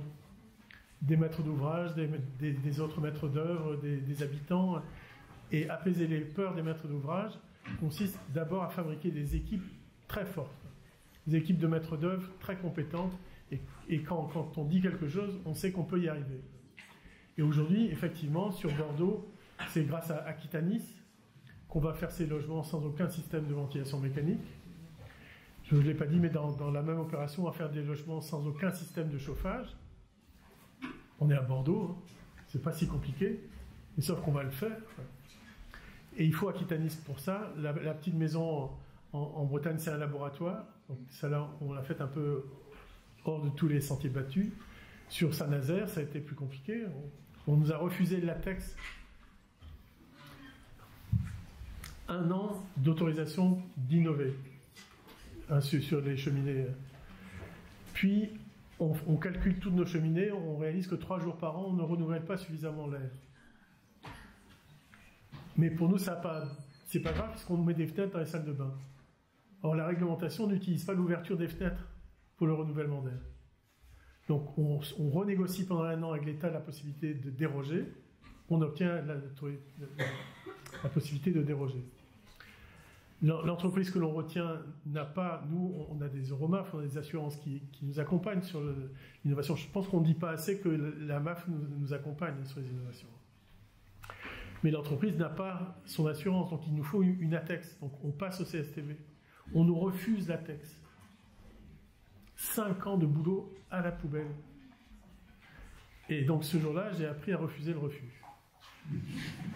Non, maintenant, je vous le dis avec le sourire, mais je dois vous dire que c'était compliqué. Hein, à l'époque, de voir 5 ans qui tombaient à l'eau, un maître d'ouvrage qui ne pouvait pas rembourser tout ce qu'il avait reçu comme subvention. Enfin, il en avait reçu un paquet, quoi. Et donc, j'ai dit qu'il n'était pas possible de nous refuser la texte, et on a repassé la texte sur une autre base, et on l'a eu. Le jour où j'ai reçu la texte, ok, le ciel s'est ouvert au-dessus de ma tête. Voilà, ça c'était il y a 10 ans. Je pense que depuis, Il y a à la fois les maîtres d'ouvrage qui n'en ont plus rien à foutre, mais vraiment, qui vous font des bâtiments RT 2020 ou RT 2012 avec en béton isolé par l'intérieur, avec des fenêtres en PVC et une isolation en clé G-Cell, enfin, comme on faisait dans les années 80, mais ils sont fiers parce qu'il y a écrit RT 2020, voilà. Ça, c'est une grande partie, hein, trop grande encore. Et puis, il y a les autres, quoi. Et les autres, on peut vraiment travailler avec eux. Et puis, après, il ne faut pas oublier ce que je disais à propos des collectifs, quoi.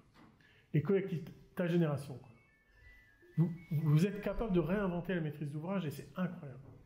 Je pense que vous êtes capable d'aller voir des élus, de voir des associations, voir même et de faire des propositions d'actions très différentes.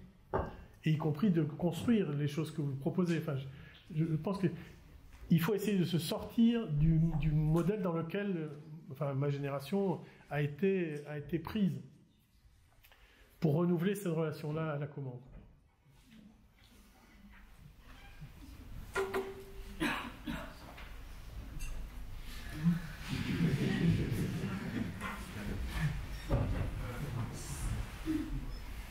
Ah, tu es exactement sous la lumière, donc je ne te vois pas. Et ça n'était qu'une question de lumière, tu sais.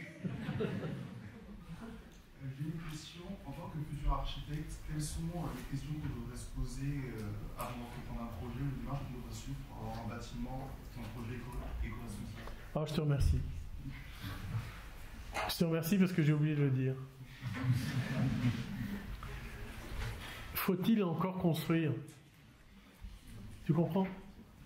Au moment où on te donne un projet, tu commences par te poser cette question-là, faut-il encore construire? Et après tu déclines. Faut-il construire du neuf? Faut-il réhabiliter? Mais tu commences par te poser cette question-là. Faut-il encore construire? Si tu ne te poses pas cette question-là dans les bourgs et les villages, tu rajoutes un lotissement alors qu'il y a des maisons qui sont désaffectées dans les centres. Si tu ne te poses pas cette question-là à Paris alors qu'il y a 300 000 mètres carrés de bureaux vides, enfin, je ne veux pas dire assez, qui n'attendent qu'une seule chose, c'est d'être utilisés ou réemployés par d'autres usages, tu ne t'es pas posé non plus la bonne question. Donc voilà, merci. La première question, c'est faut-il encore construire? Et c'est pas un désespoir pour les architectes. Hein.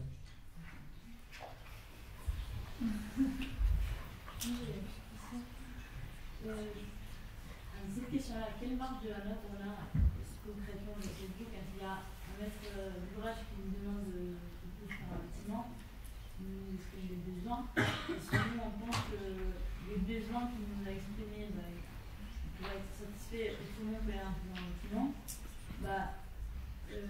c'est par nous de dire il y a des logements vides, il faut demander de étudier. À quel moment le rôle de l'architecte, en fait, il y a ses limites dans cette réinterprétation de la commande? En fait, chaque commande chaque projet est différent. Parce que le maître d'ouvrage est différent, parce que le sujet est différent, parce que le site est différent, parce que tout est différent. Donc il n'y a pas une réponse générique à ta question. Mais il y a une posture. La première posture reste celle que j'évoquais tout à l'heure, faut-il encore construire? Parce que tu peux travailler pour un maître d'ouvrage qui te propose un terrain sur lequel il y a déjà des choses qu'il ne veut pas garder. Toi, tu peux montrer que tu peux les garder, que c'est intéressant de les garder. Et puis il y a notre plus grande liberté, c'est de savoir dire non. Et je ne dis pas ça pour rire, quoi. Je pense qu'à un moment donné, quand tu as construit une éthique du travail, eh bien si le projet petit à petit t'amène à l'encontre de ta propre éthique, tu peux dire non. Et je pense que c'est dans l'intérêt de tous que les architectes sachent dire non. Moi, je pense qu'une bonne désobéissance civile des architectes sur certains sujets, ça ferait du bien, quoi. Tu vois, que le groupe des architectes désobéisse sur certains points, ce serait très fort, quoi. Et après,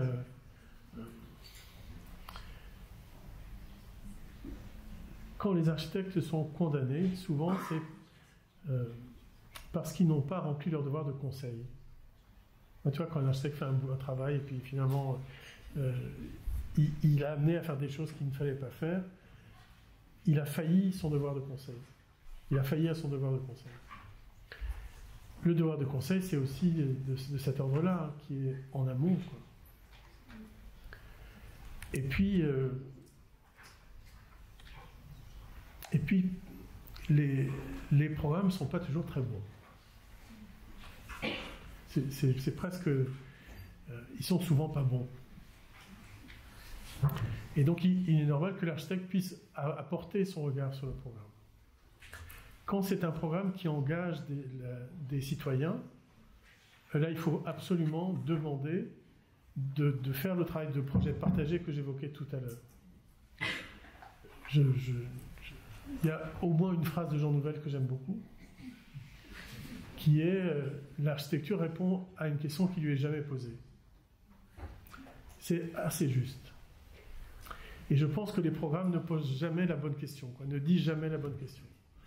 Alors que dans le travail d'intelligence collective qui apparaît dans la discussion avec les citoyens, d'un seul coup, l'épaisseur du programme arrive, d'un seul coup, tu comprends finalement la réalité du travail qui est à mener. Donc, on peut dire à des promoteurs privés, non, je ne travaille pas avec vous. Tu peux dire ça.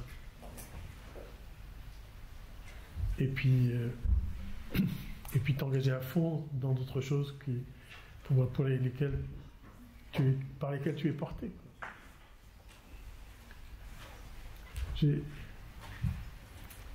J'ai gagné un seul projet de 367 logements, compétition internationale et tutti quanti, donc on est fiers de ça. 1 an et demi plus tard, j'avais abandonné le projet avec mon bureau d'études environnementales. Parce que toutes les décisions qui étaient prises par le maître d'ouvrage allaient à l'encontre de tout ce que l'on faisait nous. Je vais te donner un exemple.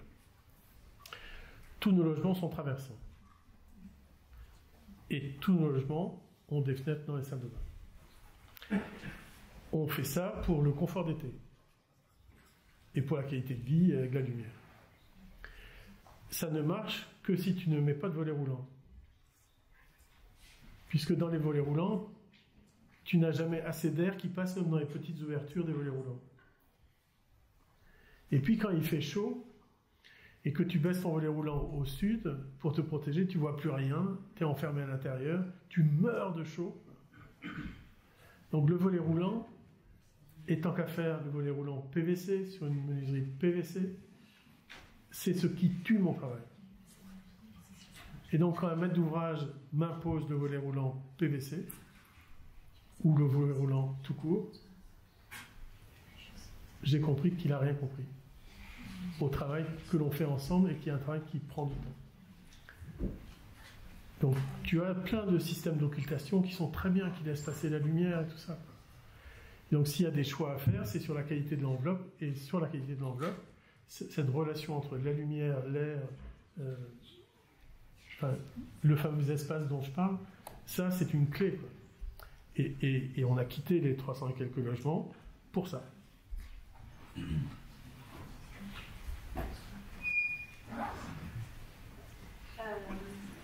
mentionnez toutes ces alternatives au béton, c'est vous en remercie. Et en fait, la question des matériaux est intrinsèquement liée à la question du savoir-faire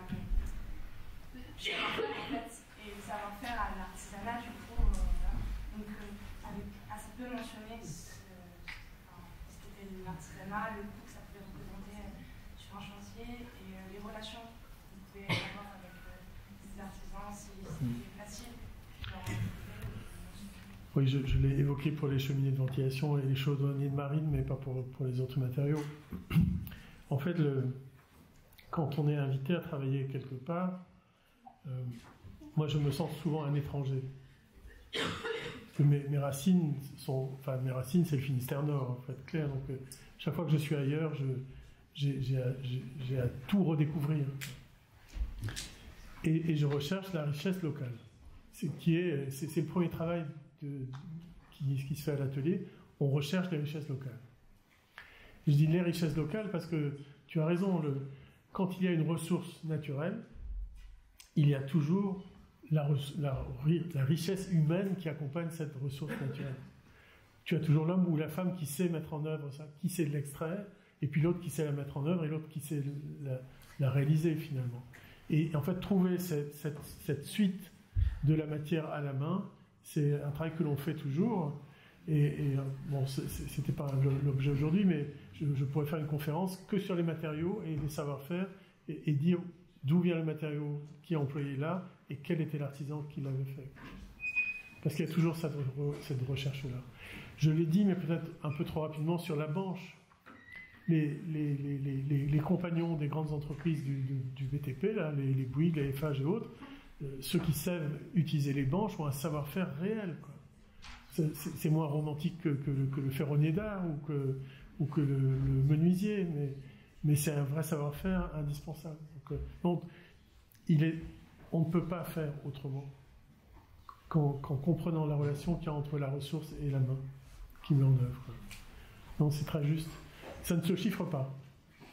Ça ne se chiffre pas parce que ça dépend beaucoup des contextes dans lesquels tu es et puis de la pérennisation qui a eu lieu des savoir-faire. Dans certains endroits, ça ne coûte rien, c'est comme ça, ils ont toujours fait comme ça. Dans d'autres, il nous arrive de régénérer des filières. Et puis dans d'autres, il y a des filières qui vont naître. La filière de la terre coulée, elle est en train de... Elle émerge. Il y a un dossier spécial dans le dernier DA là, sur la terre coulée, je ne sais pas si vous l'avez vu. C'est le DA qui vient de sortir là. C'est Domingo Zamuller qui l'a fait, justement. Donc, on voit bien pour que DA... Pardon, excuse-moi. Pour que DA demande à Dominique de faire un dossier sur la terre coulée, c'est que c'est arrivé aux oreilles de DA. Hein?